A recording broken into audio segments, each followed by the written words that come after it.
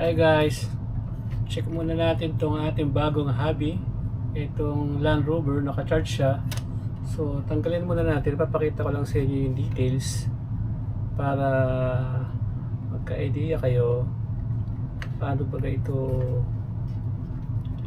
Wait, ano ba to? Yun, naka-charge na naman siya.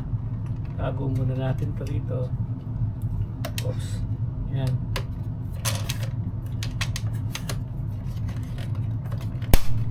So, realistic yung dating niya. Tingnan man natin yung details. So, yan o.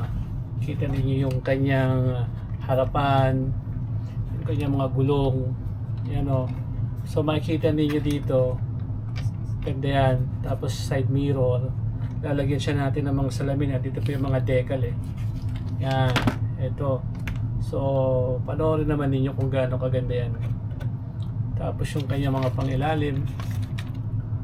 Ganda din naman yung kanyang suspension, so hindi siya full metal, so malakas din yung kanyang shock.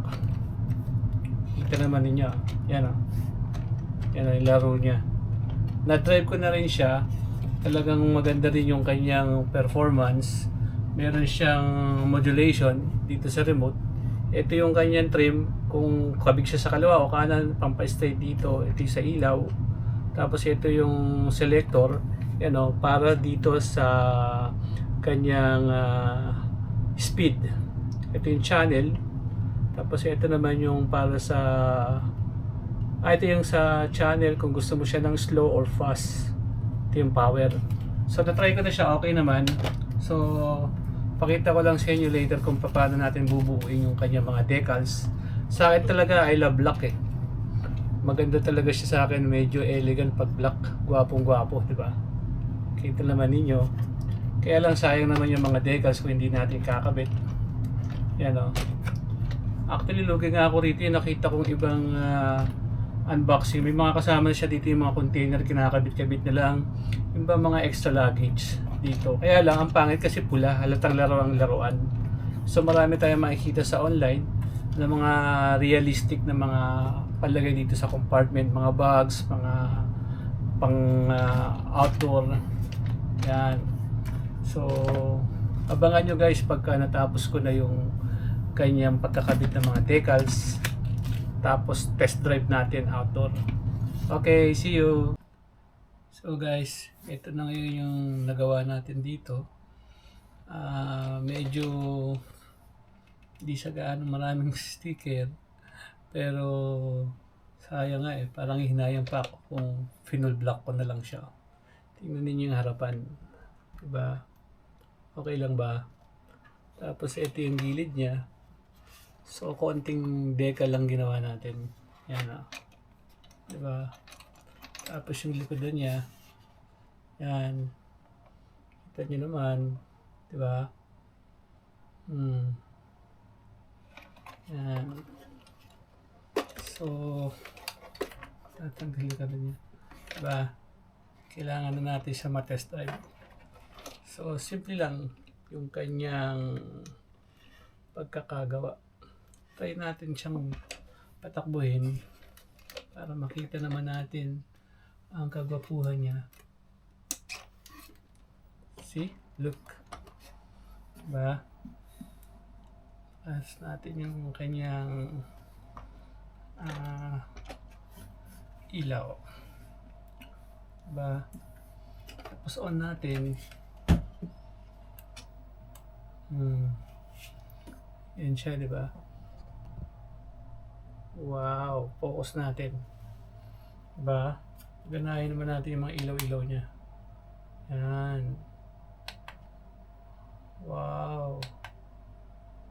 Fix lang siya. Diba? Yan yung kagandahan dito, yung tinatawag na modulation. Meron siyang medyo pababagalin lang natin yung under niya.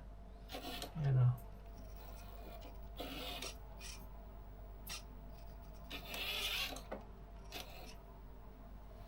Okay.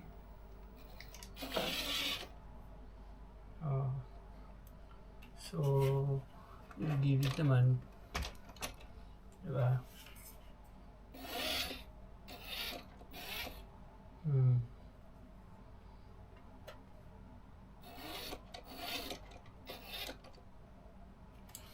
So, maganda matesting talaga siya sa sa labas para makita natin yung kanyang tawag nito, yung ability kung paano siya maggapang-gapang dun sa mga terrain. So, yun lang muna guys. Tapos pakita natin yung kanyang mga tinagtag natin. Hindi, di ba? Yan. Off na natin siya. Ayan na, ilaw na siya. Yan, di ba? Pati yung kanyang side mirror maganda. Maliwanag din kung kita ninyo. So, next video upload natin paano siya tumakbo sa off-road. See? Pakagwapo talaga niya Hanggat maaari gusto ko sana plain black Kaya lang ang hinayang ko sa decal, kung di natin gagamitin, maganda sana yung mga red lang na yun sa bumper niya. So, see you